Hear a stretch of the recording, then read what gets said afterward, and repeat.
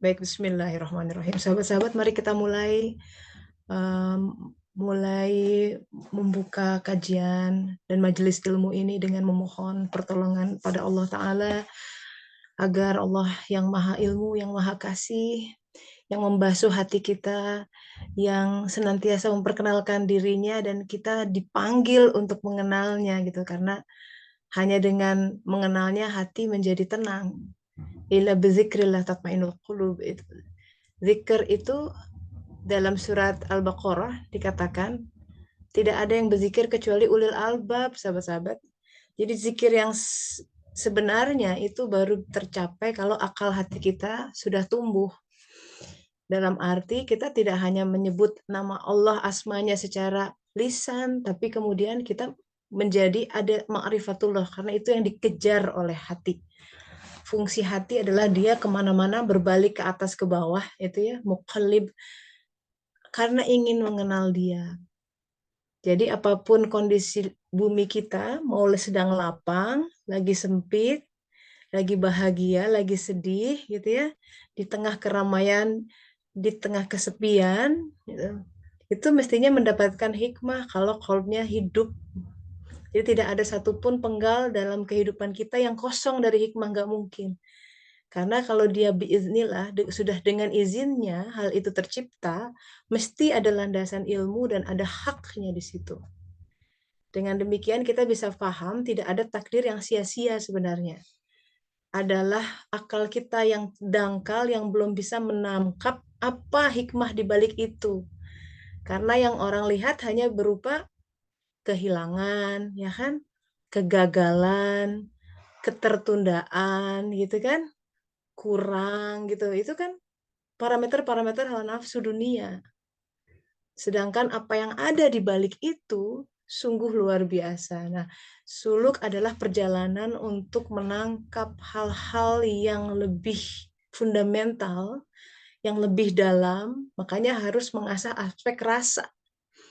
Tidak hanya mengandalkan logika, nggak akan sampai. Sama seperti halnya kalau kita mengandalkan penglihatan yang fisik, dihalang sama tirai saja, apa yang di belakang tirai udah tidak tampak. Itu terbatasnya pandangan fisik. Sementara penglihatan dalam itu bisa menembus tirai-tirai, bahkan menembus alam-alam. Dan setiap manusia punya potensi untuk itu, bukan masalah Superman atau tidak. Karena kita dicipta untuk mengenal Dia Ta'ala. Dan Dia itu laisa kamislihi syai'un, bayangkan. Mata ini belum bisa melihat Dia di bumi ini, karena nggak akan kuat. Jangankan lihat tajalli Allah, lihat matahari dekat saja udah buta. Bukan berarti tidak bisa, dalam arti kita punya kapasitas yang terbatas raga ini. Nah, mengetahui keterbatasan kapasitas kita dan kelemahan kita, maka kita berdoa sama-sama sebelum memulai dengan baca basmalah dan salawat. Bismillahirrahmanirrahim. Allahumma sholli ala Sayyidina Muhammad wa ala ali Sayyidina Muhammad. Hari ini pertemuan ke-20, kajian suluk online, gelombang ke-13, masih membahas seputar hikmah Adam alaihissalam. Tapi kita mau lebih dalam tentang pohon, karena kita kemarin menyebut tentang pohon. Kenapa Adam alaihissalam nggak boleh mendekati pohon khuldi itu? Apa sih masalahnya gitu kan? Nah, kita sudah sedikit bahas kemarin bahwa setiap orang diberi benih oleh Allah Ta'ala. Pohon yang Adam alaihissalam lihat, itu dia belum berhak untuk mendekatinya karena belum sempat ditumbuhkan, apalagi memakan buahnya. Ihwal penumbuhan pohon itu bagaimanapun harus di bumi. Oleh karena itu Allah Ta'ala sejak awal sudah punya visi, dan aku akan menciptakan khalifah fil ard. Itu perkataan di hadapan para malaikat, walaupun kejadian itu terjadinya di surga. Hari ini kita mau membahas ilmu botani tentang gimana sih sebuah pohon itu tumbuh dari benih. Untuk ini saya persiapan membaca beberapa textbook yang berkaitan dengan bagaimana benih bisa tumbuh. Dan aduh, pusing juga ya ternyata di balik itu. Jadi ingat pelajaran SMA dulu. Jadi sangat kompleks ya. Proses germinasi, imbibisi dan lain sebagainya melibatkan berbagai faktor. Kita makan nasi apa ya, tanaman sayuran tinggal makan gitu aja, padahal yang menumbuhkan memang Pak petani ya, tapi proses di balik itu is a miracle gitu. Ya. Jadi setiap kita, sahabat-sahabat, punya benih yang Allah titipkan. Semua orang yang mewujud sebagai manusia, karena dia punya jiwa, itu benih yang harus ditumbuhkan. Benih ini akan berbuah, maksudnya benih itu dia harus berbuah. Nah, buahnya ini yang menjadi rahmatan lil alamin. Jadi kalau orang konsep rahmatan lil alamin adalah tentang konsep menumbuhkan pohon. Tidak mungkin orang merahmati semestanya kalau dia tidak punya buah-buahan yang diberikan untuk semestanya. Cara seorang Mbak Ade merahmati sekitarnya beda dengan Mbak Vidi dan lain sebagainya ya. Tiap orang punya kapasitas masing-masing yang itu spesifik. Mungkin ada beberapa kesamaan, tapi pasti ada hal yang sangat spesifik yang orang lain nggak punya. Oleh karena itu, di hadapan Allah Ta'ala nggak ada manusia KW2. Semuanya punya spesialisasinya masing-masing. Dengan pemahaman seperti itu, nggak ada sebenarnya anak yang tidak punya intelijensi tertentu. Hanya berbeda saja. Yang satu pinter matematik, yang satu pinter bola gitu. Orang yang pinter matematik belum tentu bisa dribble gitu. Nah, kan masalahnya di pendidikan kita semua dipukul rata. Eptanas, apa ujiannya. Karena kan banyak orangnya. Susah juga ya kan. Sehingga ada kartun tuh. Kalau misalkan monyet, ikan, gajah ngumpul semua ya. Terus ujian, kata gurunya, hari ini ujiannya memanjat pohon. Yang paling senang si monyet. Gajah udah bengong.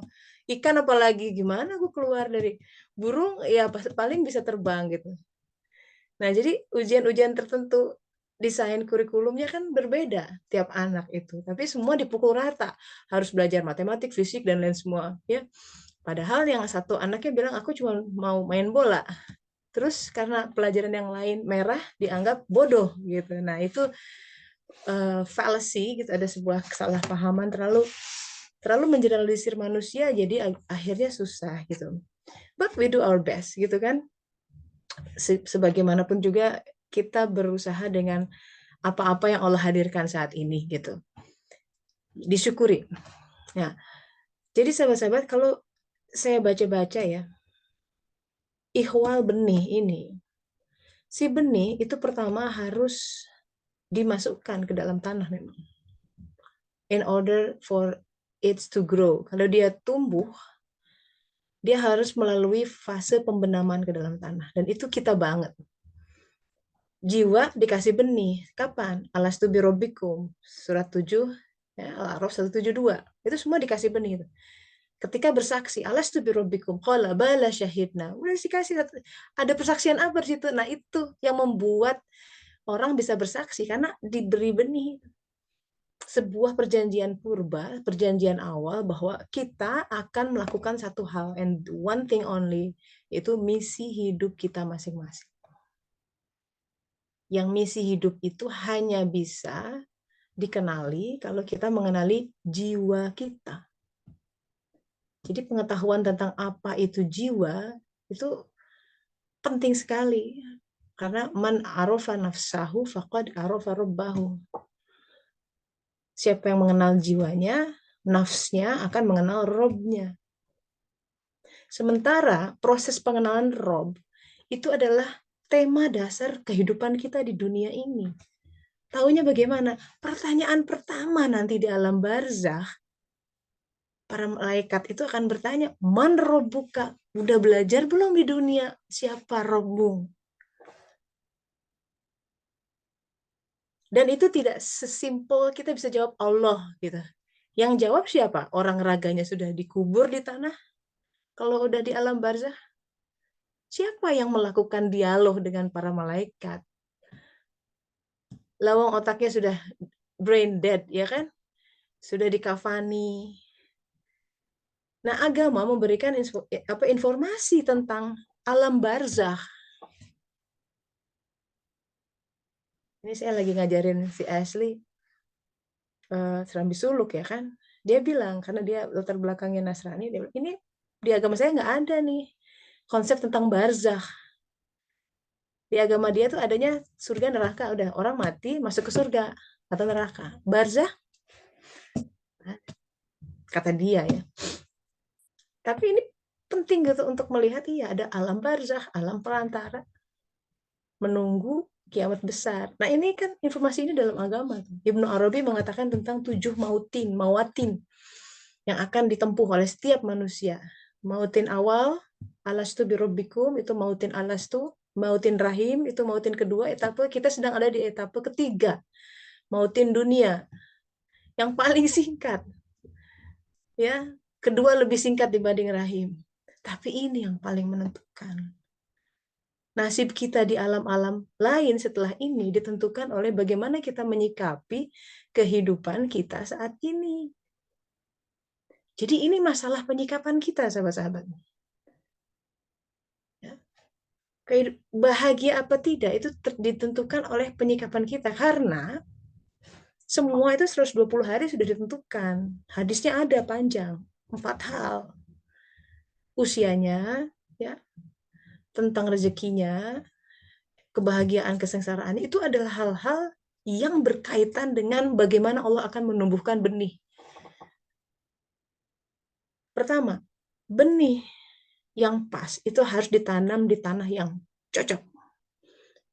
Kelembabannya, kadar airnya, benih padi becek tanahnya ya kan. Benih tertentu teh beda lagi. Ketinggiannya kan daya gravitasi mempengaruhi, iklim yang melingkupinya, matahari dan lain sebagainya. Belum radiasi, hal-hal yang tidak tampak mata kita itu sangat presisi. Nah, penanaman benih ini terkait dengan 120 hari sudah ditentukan. Orang tua yang mana, dia hadir ya kan. Dari dia ke bumi lewat pintu yang mana, anak ini punya usia sampai kapan, rezekinya kadarnya berapa, dan lain sebagainya. Ini adalah bagian dari nikmat sebenarnya, pengaturan ilahiyah terhadap setiap kita. Menyadari ilmu ini, sahabat-sahabat, mulai dari benih aja ini bisa satu buku khusus tuh dibahas. Pertama, setiap kita mesti dibenamkan di tanah yang pas. Artinya orang tua kita itu the best. Desain yang paling pas dan paling cocok, paling ideal agar benih jiwa kita tumbuh. Silahkan bagi siapapun yang masih struggle, berjuang menerima kondisi orang tuanya, ketahuilah itu sudah by design. Memang siapa sih, mana ada orang tua yang perfect? Kita juga sebagai orang tua nggak perfect. Ya, sometimes they messed up gitu. Kadang mereka ya masih terjebak dalam pergulatannya sendiri. Ada yang mungkin uh, alkohol addict gitu ya. Saya yang menyebutkan kasus-kasus ekstrim gitu ya, sampai anaknya dipukulin gitu misalkan. Kan kemudian dia punya kesulitan kan meneruskan kehidupan karena dia berjalan dengan trauma-trauma yang ada. Tapi kalau lihat dari ilmu ini, bagaimanapun itu adalah cara Allah Ta'ala menumbuhkan pohon di dalam dirinya. Memang gak enak. Melalui trauma, ada yang tidak enak. Dan dalam ilmu penumbuhan benih, sahabat-sahabat, itu ada suatu fase di mana kalau cangkang benih itu tebal, dia harus melalui abrasi. Dikelupasin, ditipisin satu persatu. Supaya dia pecah kecambah. Pecah kecambah itu proses menyakitkan loh. Bagi benih. Karena sesuatu yang dipecah. Bayangkan hati kita break gitu ya. Itu supaya kecambahnya pecah. Biasanya kalau kita lihat, dalam suluk, orang akan mengalami broken heart. Agar si pecah kecambah si jiwanya mulai mencari Allah. Broken heart tuh macam-macam. Pasangan meninggal. Pasangan ya rumah tangga misalkan kandas, ya kan? Hal-hal yang kita pegang banget gitu, terus kemudian Allah ambil. Mungkin bukan dalam relationship, bisa jadi pekerjaan atau bisnis gulung tikar Atau kecintaannya kepada anak, anaknya dibikin bermasalah. Atau kepada dirinya sendiri, dibikin sakit, dibikin punya keterbatasan gitu sehingga dia putus asa, ya patah arang. Itu adalah sesuatu yang mengabrasi, menipiskan sampai dia pecah. Kalau orang tidak pernah mengalami fase-fase sedih seperti itu, kecil kemungkinan mereka mencari Allah. Kecil kemungkinan. Mereka akan terlena dan akan nyaman dengan ilah-ilah lain. Karena nggak butuh. Orang semua udah tercukupi kehidupannya. Ini yang mesti kita pahami tentang bagaimana cara Allah mengatur kehidupan. Why bad things happen to good people, gitu kan katanya. Justru karena Allah nggak mau dia terlalu terlena dengan dunia itu. Which is sebenarnya kalau kita tahu ilmu ini bukan berarti kita tidak boleh menikmati kehidupan, tapi hati nggak boleh tersangkut di situ. Hati nggak boleh melekat demikian rupa. Letakkan dunia di tangan, tapi tidak di hati. Mainkan dia, tapi nggak usah melekat. Gitu. Nah kalau sudah begitu, enak deh, Allah kan kasih karena Allah kan lihat orang itu minta, tapi kalau saya kasih dia malah menjauh dari aku, jadinya nggak dikasih gitu. Kecuali dia sudah siap hatinya, aku kasih sekian pun dia akan tidak akan melekat kepada pemberian, tapi akan melekat kepada sang pemberi. Nah begitu. Jadi akan ada masa kalau dalam bersuluk orang akan flip gitu, hidupnya dijungkir balikan 180 derajat. Biasanya gitu fenomena orang bersuluk. Kemudian bertaubat. Kemudian taubat. Oh iya, gitu. Salah, selama ini aku mencari hal yang tidak pas. Jadi dalam Al-Quran pun disebutkan ada ujian berupa kekurangan harta, kelaparan. Itu hukum kehidupan, sahabat-sahabat. Sehingga kalau kita menolak takdir kita, pengennya yang baik-baik aja, itu hawa nafsu itu. Kemudian tidak akan pernah punya pengalaman mepet gitu ya.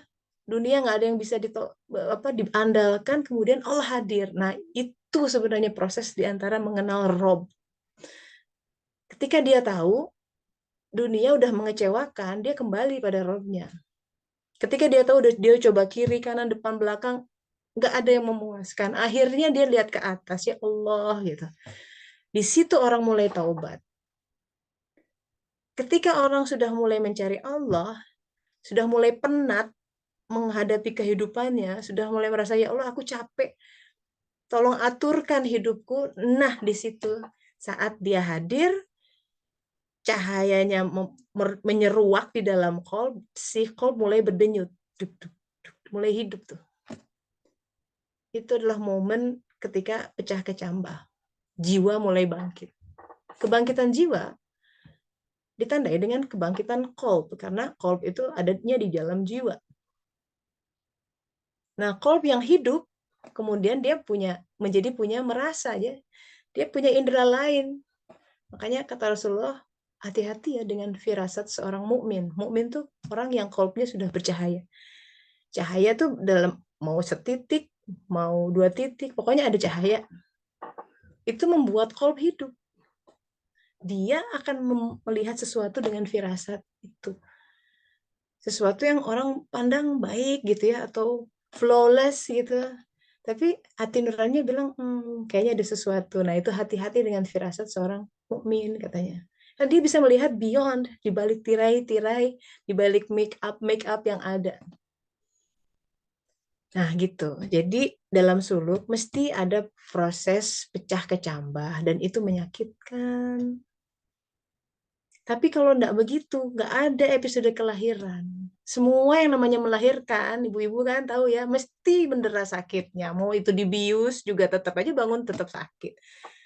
Nah, saya juga anak pertama saya sesar, anak kedua normal ya kan, sama sakit-sakitnya. Jadi walaupun pakai epidural katakanlah ada ibu-ibu ya pakai, pokoknya dibius tetap aja tidak bisa menghindar dari rasa sakit ketika kita harus melahirkan sesuatu. Nah, ini jiwa kita harus dilahirkan. Yang sakit siapa? Ya harus raganya, berkurang tidurnya, ya kan?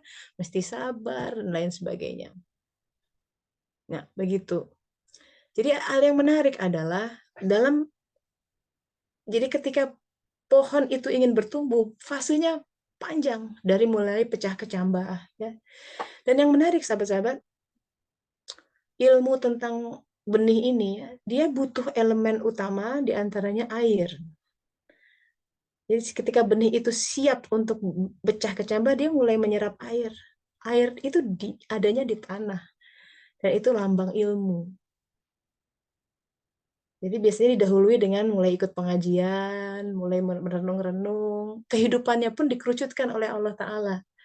Sehingga dia mulai ingin mencari Allah. Ya, kegemarannya udah nggak ngemol lagi, masih sih ngemol ya, cuma udah nggak prioritas lah. Dia lebih suka ngaji gitu ya.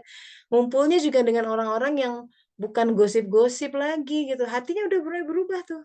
Orientasi kan dia lebih mencari Allah, cari hikmah gitu. Maka dia akan mengganti. Makanya tanda taubat diantaranya mengganti teman-temannya. Kalau teman-temannya udah nggak bicara tentang Allah banyak, dia akan kering merasa gitu. Aku udah nggak cocok lagi berteman dengan orang seperti ini. And that's very normal. Bukan berarti kita kemudian menelantarkan ya, tapi kita punya kewajiban terhadap jiwa kita. Karena kita akan diminta pertanggungjawaban tentang itu. Itu kan tanda-tanda orang tobat, kemudian melipat kasurnya kayak gitu. Maksudnya tidurnya jadi berkurang karena malam-malam dia akan gunakan untuk munajat sama Allah Ta'ala, berdua gitu. Ya, ini tentang ilmu pecah kecambah. Banyak sekali apa namanya uh, hidden wisdom yang ada di situ ya ilmu. Tapi kita lanjut saja dulu dengan bentar nih ada yang masuk. Nah, kalau kecambah sudah pecah ya, kemudian dia harus dikasih air ya kan untuk dia bertumbuh. Apa yang dibutuhkan? Pertama dia harus punya room to grow. Ya, kalau misalkan benih terlalu banyak di satu pot, susah tuh dia bertumbuh karena perebutan unsur hara. Nah, room to grow itu yang Allah sudah atur. Ya, makanya yang penanam benih karena dia bertumbuh dari titik di mana benih itu ditanam kan. Mesti itu yang terbaik. Itu dulu. Pegang ya. Artinya asal kita berada, ini kita sedang menumbuhkan benih ya. Takdir yang sekarang, bumi yang kita pijak, pekerjaan yang ada di tangan, nggak mikirin, kita nggak usah pikirin yang di luar tangan kita. Yang di tangan kita itu tanah kita tuh. Pasangan yang itu, anak yang itu, ya, bos yang itu, tetangga yang itu, yes everything, semuanya yang melingkupi kita, itu bumi kita hari ini. Kalau Allah mengizinkan itu bertumbuh, berarti dia sang penanam benih tahu di dalam bumi kita itu ada unsur-unsur hara yang menyehatkan agar pohon jiwa kita tumbuh. Sementara kita ngeluh terus, ya kan? Oh, pasanganku gini-gini, oh kerjaanku gini-gini, oh rumahku gini-gini gini. Pengennya yang di mana gitu, dia punya imajinasi tersendiri tentang itu, namanya tidak bersyukur. Ketika orang tidak bersyukur, udah itu berarti kena setan. Iblis kan yang kemudian bersumpah, aku akan mendatangi manusia dari depan, belakang, kiri, kanan. Ada itu dalam Al-Quran. Ujung-ujungnya apa? Dia bilang, dan engkau akan mendapati sebagian besar dari mereka tidak bersyukur. Ketika orang tidak bersyukur, pohon dirinya tidak bertumbuh, jelas, merana. Karena dia tidak mengambil air dari buminya, tempat dia berada. Nah ini mesti agak lebar ya memang, bahwa takdir yang melingkupi kita hari ini itu adalah bumi yang terbaik yang Allah ciptakan dan Allah sediakan dan Allah desain sejak di Lauh Mahfuz dulu. Semua kemungkinannya didesain hanya untuk satu. Kata Allah Ta'ala, this is the best treatment. This is the best environment. Kalau kamu berserah diri, melakukannya dengan tauan, sukacita, pohon jiwamu akan tumbuh. Dan kau akan mengenalku, kata Allah Ta'ala. Dan kalau orang sudah mengenal dia, wow, yang lain akan, itu seperti Nabi Ibrahim mencari kebenaran, Pertama lihat bintang, wah lihat sumber cahaya bintang tuh udah kayak seneng gitu ya. Bintang tuh kalau di zaman apa di kalau kita di perkotaan lihat bintang susah ya karena banyak polusi. Tapi coba ke padang gurun ya, itu wah, ribuan lebih di angkasa. Malam-malam yang gelap lihat bintang bertebaran, udah seneng. Tiba-tiba ada lebih objek cahaya yang lebih terang yaitu bulan, gede banget. Kan senangnya berlapis-lapis. Tapi kesenangan itu pudar ketika siang hari datang, bulan memucat. Yang datang matahari, jreng, cahayanya kemana-mana. Itu kita mencari kebenaran. Ketika tahu ada sumber cahaya yang lebih besar, bintang udah nggak selera tuh. Makin kita mengenal Allah, makin kita berjarak hati dengan dunia, jelas. Itu kenapa iman pada Allah disandingkan dengan iman pada akhirat. Di dalam Al-Quran sering begitu. Karena keimanan pada Allah akan menimbulkan kecintaan, akan makin kita mepetnya ke akhirat gitu. Nggak apa-apa lah di dunia gini aja, pokoknya aku pengennya di akhirat gitu. Itu kan bagian dari iman pada hari akhir, salah satu rukun iman yang ada. Jadi semuanya nyambung sebenarnya ya. Nah, jadi ingat dalam pertumbuhan pohon, tanah, unsur soil itu krusial. Sang penanam benih tahu tanah yang paling baik apa. Sang pembuat takdir, Allah Ta'ala tahu takdir hari ini yang paling baik apa. Songsong itu dengan baik. Pastikan kita meraih unsur-unsur hara dan air yang Allah sediakan di setiap aliran takdir yang Dia tetapkan pada kita dari waktu ke waktu. Nah, kemudian yang menarik, sahabat-sahabat, ada kalau kita bicara tentang menyerap air, itu adalah fungsi akar. Akar fungsinya menyerap air. Walaupun kita nyiram pohon di daunan, si daun tidak menyerap air. Yang berfungsi menyerap air itu di dalam tanah, akar. Itu udah bicara tentang satu simbol luar biasa. Ya. Langit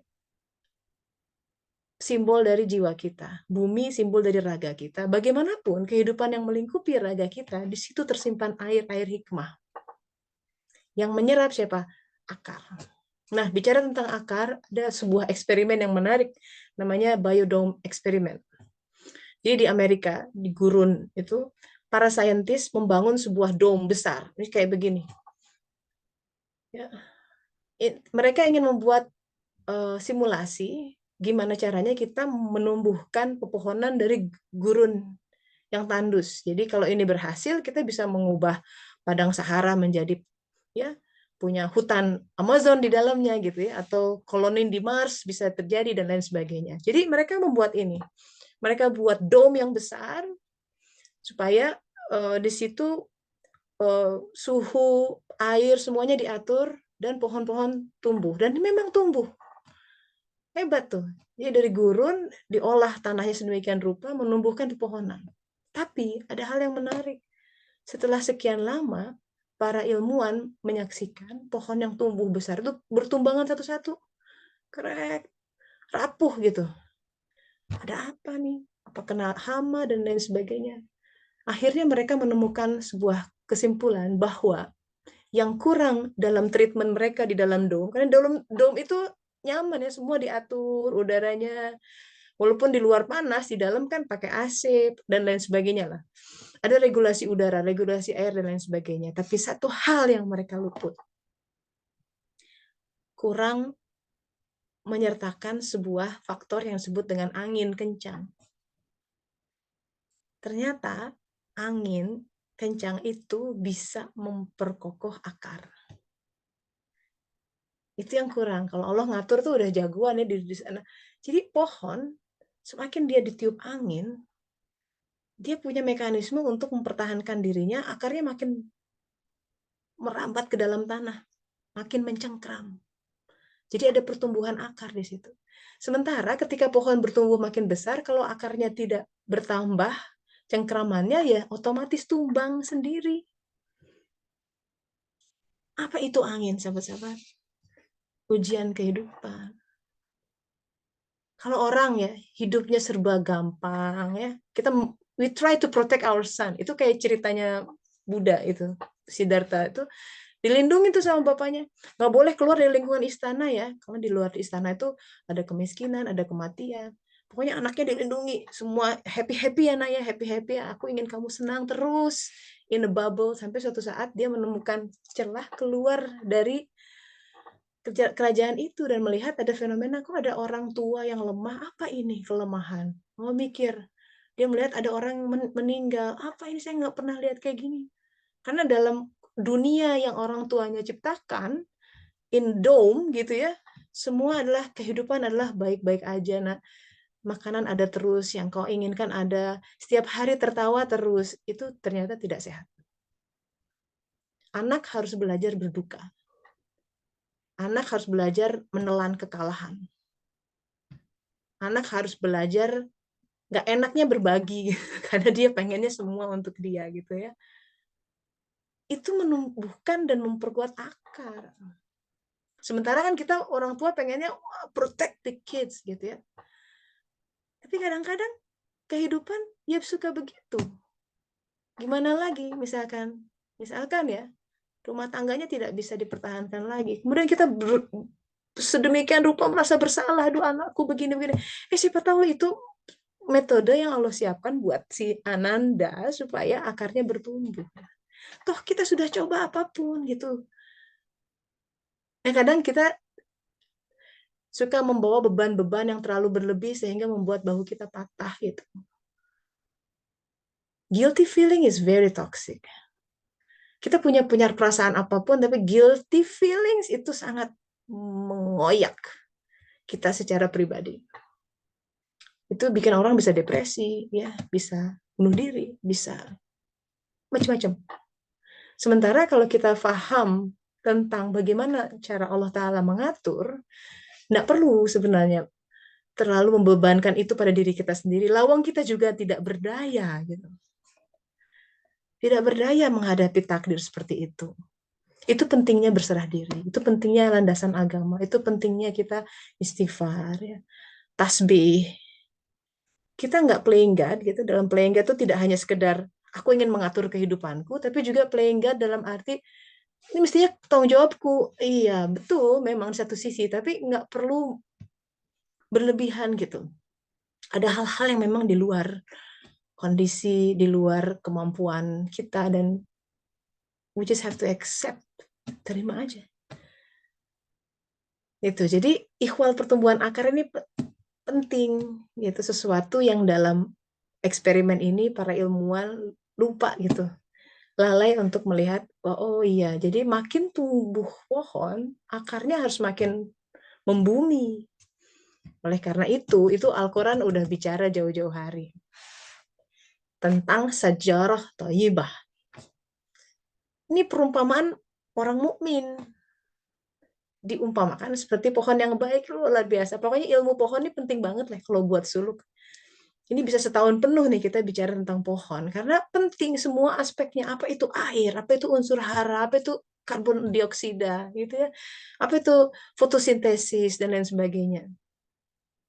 Sains yang di situ dia punya layer yang lain di alam malakutnya, dan itu hikmah yang setiap kita punya hak untuk mendapatkan itu. Dalam surat Ibrahim ayat 24-25 Allah Ta'ala berfirman tentang kalimah thayyibah itu diumpamakan pohon yang baik. Setiap kita harus jadi kalimah thayyibah. Apa sih kategori pohon yang baik? Dua hal, akarnya teguh dan cabangnya ke langit. Udah, itu aja. Tapi kalau diulik, ya itu. Ya, kok bisa akarnya teguh? Pertama dia harus pecah kecambah dulu. Nah itu ilmunya. Dan lain sebagainya. Jadi akar yang teguh, akar tuh dia di bumi. Jadi kita tidak bisa mencampakkan dunia kita, bumi kita. Takdir kita, kodrat kita. Harus teguh dipegang itu semua. Nggak bisa bersuluk kemudian aku jalan aja. Anak-anak pokoknya ya, nggak bisa. Kita harus pegang dan manage itu semua dengan baik. Baru dia berfungsi dengan baik, si akar meraih unsur hara, menyerap air dari buminya, dan itu akan membuat cabang-cabang menjulang ke langit karena dia bertumbuh. Gitu. Jadi walau alam ya, ini pengantar untuk hari ini agar diri kita bertumbuh. Barangkali ada sahabat-sahabat yang ingin berbagi pengalaman tentang ini, ya, berbagi perenungan atau bertanya, silahkan. Ya, kita buka sesi tanya jawab. Silakan.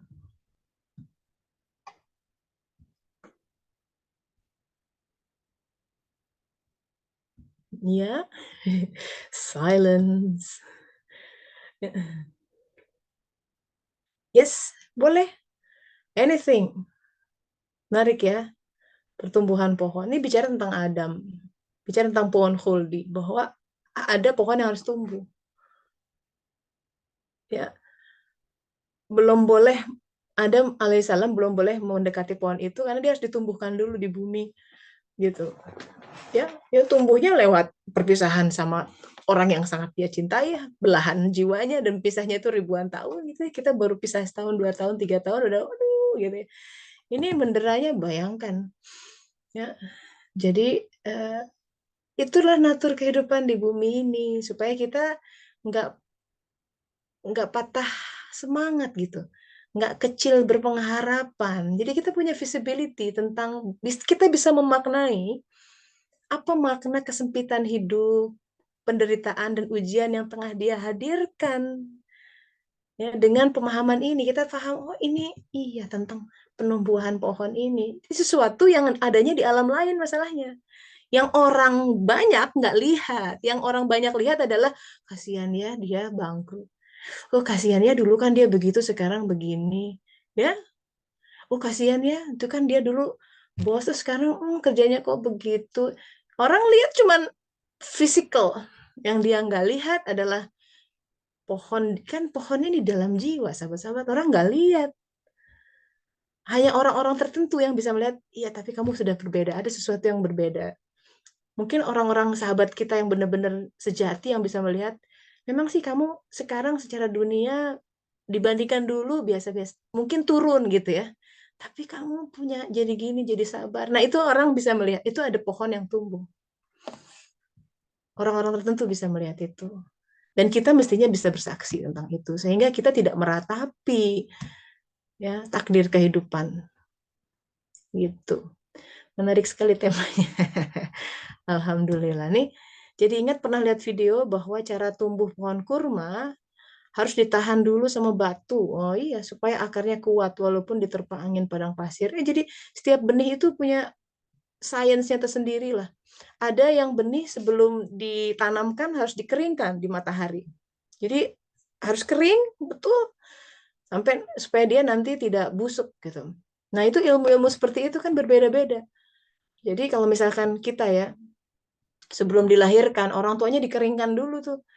Jadi dia si anak terlahir dalam kondisi prihatin gitu. Tapi itu justru environment yang terbaik gitu. Nah, itu hal-hal seperti itu kita nggak paham gitu. Kemudian kita menyalahkan Tuhan gitu kan, berburuk sangka, nauzubillah min dzalik, kenapa hidupku seperti ini gitu.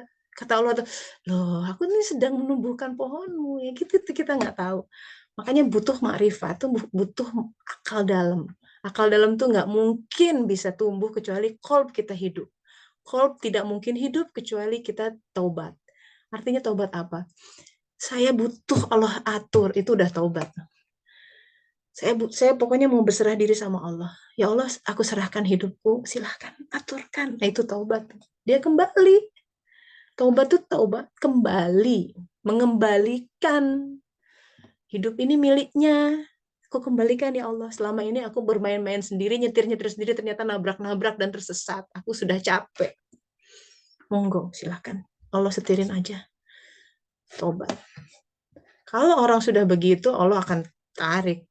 Oke, aku hidupkan. Ya, akalnya.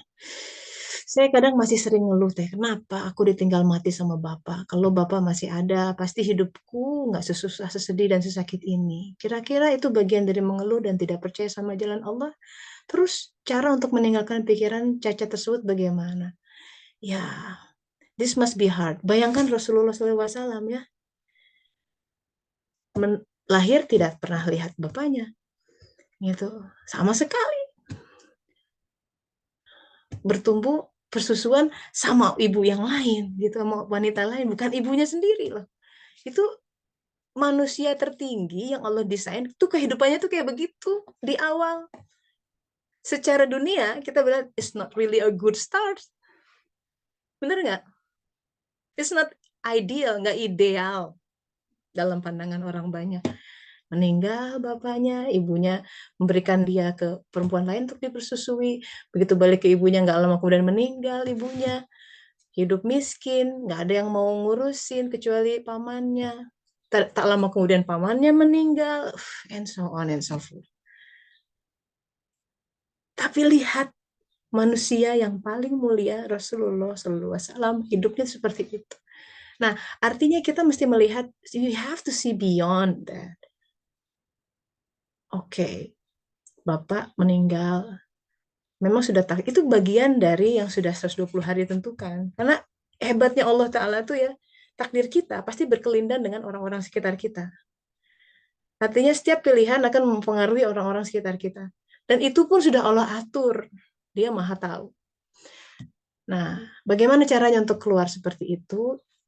Tobat tadi. Karena caranya tidak ada cara lain, si akal mesti melihat. Akal kolb ya, caranya hidupkan hati, kolb, dengan taubat kolb akan hidup. Nah, di situ baru takwa berfungsi. Wattaqullah wa yu'allimukumullah, kata Allah. Siapa yang bertakwa, Allah akan ajarkan. Dikasih pemahaman langsung setiap orang. But the pre-requirement, ya, syarat untuk kita faham apa yang Allah ajarkan, qalb harus hidup. Bagaimana menghidupkan qalb? Itu syariat sehari-hari itu mestinya menghidupkan qalb. Sholat, wudhu. Syariat tuh ya lahir batin.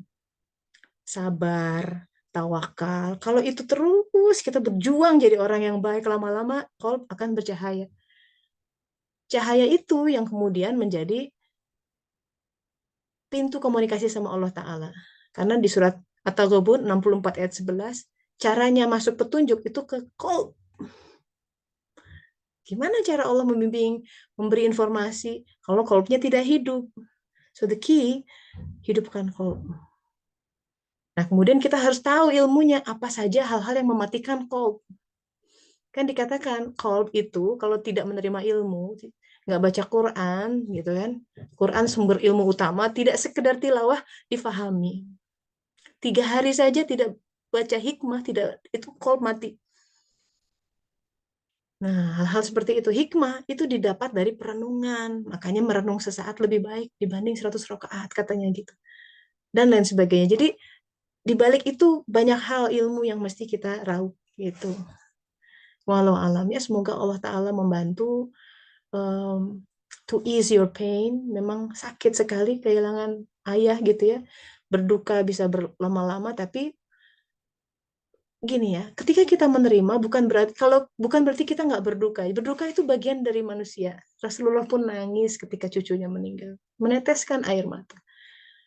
It's okay, itu tanda kita cinta. Tapi jangan sampai duka itu menguasai kita sedemikian rupa sehingga kita lumpuh gitu. Itu aja masalahnya. Sama seperti kita boleh mencintai pasangan, mencintai makhluk selainnya, tapi jangan sampai kecintaan itu menguasai kita sehingga dia menjadi ilah. Nah, ini permainan ini yang kemudian mesti pintar memainkannya. Mesti dengan ihdinas siratal mustaqim doanya. Makanya gimana nih hal yang pas untuk kita berjalan di jalan kehidupan yang paling cocok untuk kita semua. Wallahu alam. Ya. Jadi itu kira-kira perenungan kita hari ini. Coba renungkan lagi lahan bumi kita, di mana bumi kita berada, itu bumi yang dipijak, kehidupan yang ada saat ke saat ya, mainannya. That is our room to grow. Bertumbuhlah. Ambil air hikmahnya. Ambil unsur hara yang menyehatkan jiwa kita. Makanya tidak boleh mengeluh. Begitu mengeluh, tertutup. Tidak ada proses itu mengambil itu, dan itu menjadi mubazir. Itu seperti Allah sudah masak ya, disayang-sayang supaya ini nak, si anak suruh nggak mau makan. Ini dia nggak bertumbuh, kan sedih. Ya, jadi mari kita embrace gitu ya, merangkul, meraih hari ke hari dengan sebuah penghadapan wajah yang positif seperti ini dengan ya Allah, Rabbi zidni ilman warzuqni fahman. Nah, doanya begitu, mohon diajarkan ilmu dan pemahaman di semua hal, di takdir yang ini, di keadaan yang ini, hari ke hari, saat ke saat. Dan saksikan bahwa jika kita sering memanggil dia, dia sering hadir. Kehadirannya itu mengubah dunia kita. It begins with that. Semoga bermanfaat ya, sahabat-sahabat. Mari kita tutup dengan doa akhir majelis. Subhanaka Allahumma wa bihamdika asyhadu an la ilaha illa anta astaghfiruka wa atubu ilaik. Alhamdulillahirabbil alamin. Selamat melanjutkan aktivitas. Terima kasih ya, semoga bermanfaat. Saya pamit dulu. Assalamualaikum warahmatullahi wabarakatuh. Waalaikumsalam. Mari. Terima kasih, Kak. Waalaikumsalam warahmatullahi Mari, wabarakatuh. mari. Terima